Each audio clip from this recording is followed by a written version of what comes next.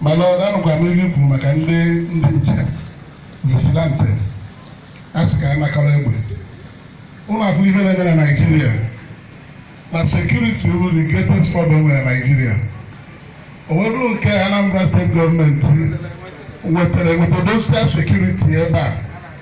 asị wetara egbe onye ekwe omume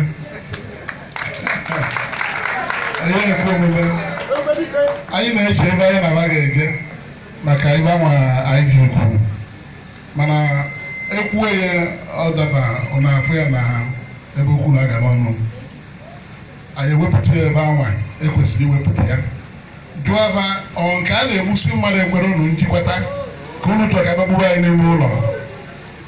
ndị na-eji obere egbe nwa nọrọcha n'obodo wee chee obodo a na-egbu mmadụ ebe a kedu ebe a na-achọzi egbe anwa ọ bụrụ na eji egbusi ndị mmadụ n'ime obodo asụsụ ndị ji egbe wetakwa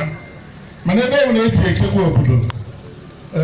ọmadị maka analụba egbe anwa anyị ga-etinye ya n'ime ya ka anyị kọwara ya n'ọkwụna ya n'obodo jụrụ oyi ka ba si ebe a pụta ba jebe na ebe a na-egbu mmadụ ka ba mara ife na-eme ebe anwa